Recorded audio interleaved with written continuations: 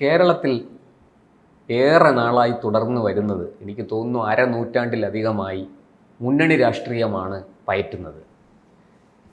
LDF, UDF എന്ന രണ്ട് മുന്നണികളായിട്ട് തിരിഞ്ഞാണ് കേരളത്തിലെ രാഷ്ട്രീയം മുന്നോട്ട് പോകുന്നത്. അതിൽ LDF രാഷ്ട്രീയ പാർട്ടികളാൽ ഇടതു മുന്നണി സമ്പന്നമാണ്.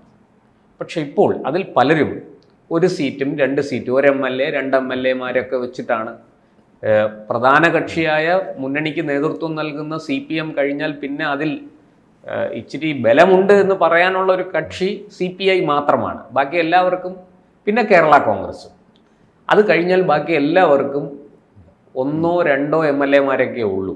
NCP, RSP, Leninist, Kerala Congress, Ganesh Kumar, അങ്ങനെയൊക്കെ പറഞ്ഞ ആൻ്റണി രാജു, അതുപോലെ ജനതാദളിനുണ്ട് കൃഷ്ണൻകുട്ടി, മാത്യു ടി തോമസ്, ഇങ്ങനെയൊക്കെയുള്ള.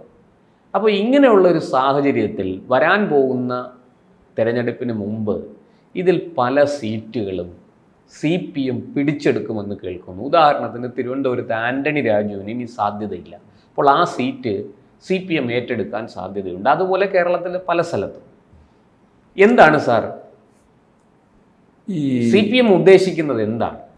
അല്ല, മുന്നണി ഭരണം ഇത് ഏത് മാറിയാലും ഒരു കൂട്ടു മുന്നണിയായിരിക്കും ഭരണം തുടർന്നു പോവുക. ഇപ്പോൾ LDF മാറി UDF വന്നാലും അതിനകത്തും മുന്നണി വിവിധ രാഷ്ട്രീയ പാർട്ടികൾ LDF തന്നെ തുടർന്നാലും ഈ ഘടകകക്ഷികളൊക്കെ ഉണ്ടാകും.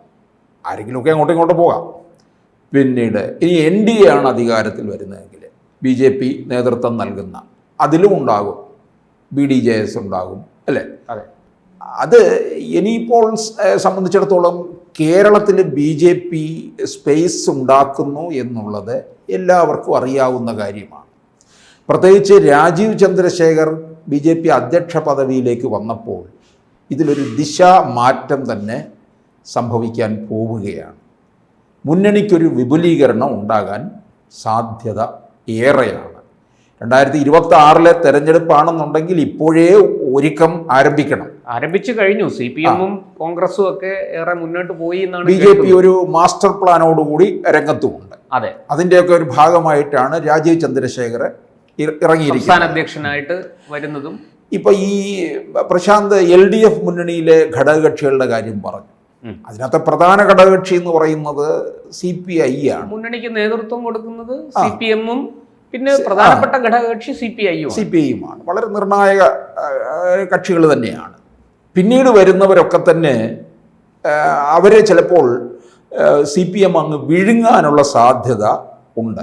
വലിയ ജന്തുക്കളൊക്കെ ഉണ്ടല്ലോ, അതിൻ്റെ കൂടെ കുടുംബത്തിലുള്ളതിനെയാണേലും വിഴുങ്ങുന്ന ചില ജീവികളുണ്ട്, അങ്ങനെയുള്ളവരുണ്ട്. CPI അങ്ങ് പെട്ടെന്ന് വിഴുങ്ങത്തില്ല. എന്നാലും ഇടയ്ക്ക് ബിനോയ് വിശ്വം ആണ് തോന്നുന്നു പറഞ്ഞു കമ്മ്യൂണിസ്റ്റ് പാർട്ടി ഒന്നിക്കണം എന്ന്, അല്ലേ?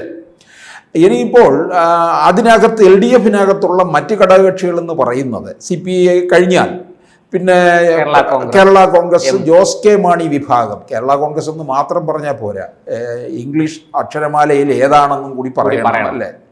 അപ്പോൾ ജോസ് കെ മാണി വിഭാഗമാണുള്ളത്. അവർക്ക് 2021 ഇങ്ങോട്ട് വരുമ്പോൾ ഒരുപാട് പേരുദോഷമൊക്കെ കേട്ടു. ഇങ്ങനെ അച്ഛൻ മാണിയെ ഇല്ലായ്മപ്പെടുത്തിയ അല്ലെങ്കിൽ കൂടുതൽ ആരോപണ വിധേയനാക്കി നിർത്തിയ CPM-ന്റെ കൂടെ തന്നെ പോകണമോ എന്നുള്ളതൊക്കെ.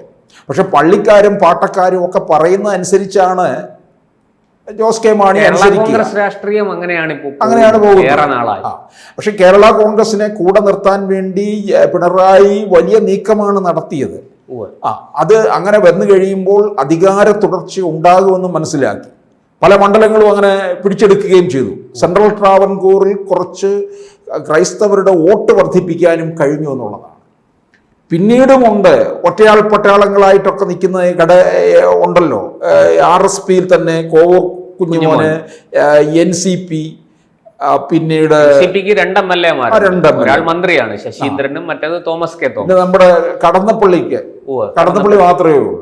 കടന്നപ്പള്ളി ഒന്നും ഇനിയിപ്പോൾ അടുത്ത തെരഞ്ഞെടുപ്പ് കേരളത്തിൽ മാത്രമുള്ള കോൺഗ്രസ്. അതെ, കടന്നപ്പള്ളി ഇനിയിപ്പോൾ അടുത്ത തെരഞ്ഞെടുപ്പിൽ മത്സരിക്കുമോ? എനിക്ക് തോന്നുന്നില്ല. CPM അങ്ങ് എടുക്കും.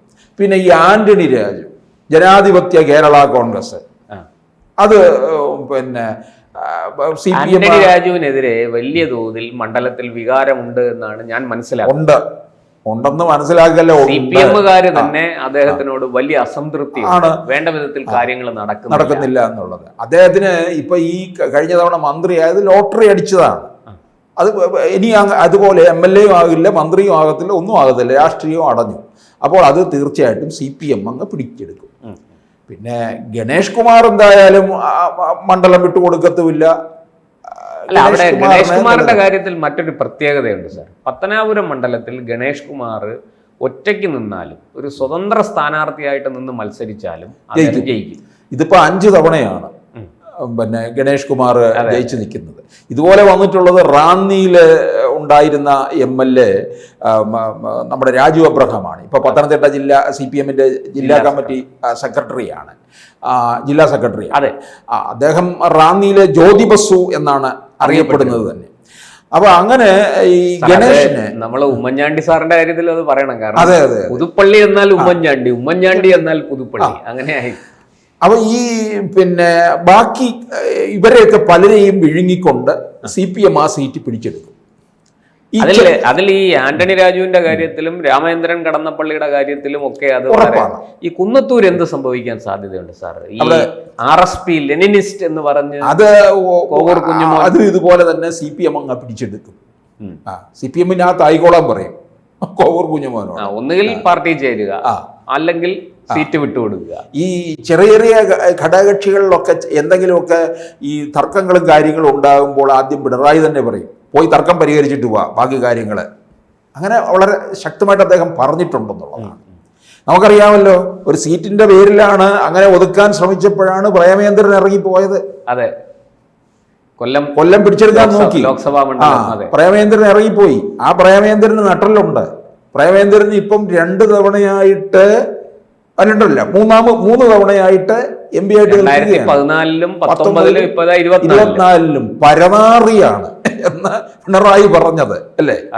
അപ്പം ഇനിയിപ്പോൾ LDF-ലെ ഘടകകക്ഷികളിലെ വളരെ അതൃപ്തരായി നിൽക്കുന്നവരെ, അവരുടെ സീറ്റുകളൊന്നും അങ്ങ് എടുക്കാൻ ശ്രമിക്കാൻ നടക്കത്തില്ല.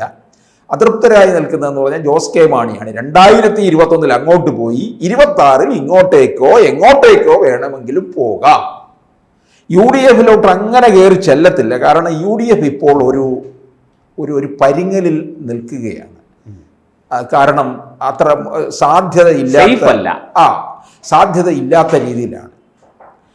അപ്പോഴത് പിന്നെ ഇവർക്കൊരു വലിയ തിരിച്ചടി ഉണ്ടാകും എന്നുള്ളത് കൊണ്ട് അവരങ്ങോട്ടേക്ക് പോകാൻ സാധ്യതയില്ല. അതുകൊണ്ട് എന്ത് ചെയ്യും? തീർച്ചയായിട്ടും BJP-യിലേക്കുള്ള ഒരു സാധ്യത, NDA-യിലേക്ക് പോകാനുള്ളൊരു കാരണം പ്രത്യേകിച്ച് BJP-യുടെ ഈ ന്യൂനപക്ഷ സമുദായത്തെ ചേർത്ത് നിർത്തുന്ന ഒരു രീതി, അതാണ് നമ്മൾ കണ്ടുകൊണ്ടിരിക്കുന്നത്.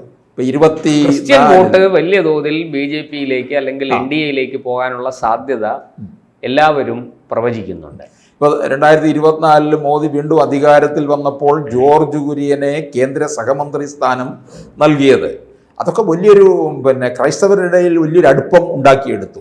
UDF ഈ മുസ്ലിങ്ങളെ സമുദായത്തെ വലിയ പ്രീണനം നടത്തുന്നു എന്നുള്ള വ്യാപകമായിട്ടുള്ള പരാതിയും ആക്ഷേപവും ഒക്കെ തന്നെ നിലനിൽക്കുന്നുണ്ട്. അതുകൊണ്ടാണ് ക്രൈസ്തവർ മുഴുവൻ അകന്നത്.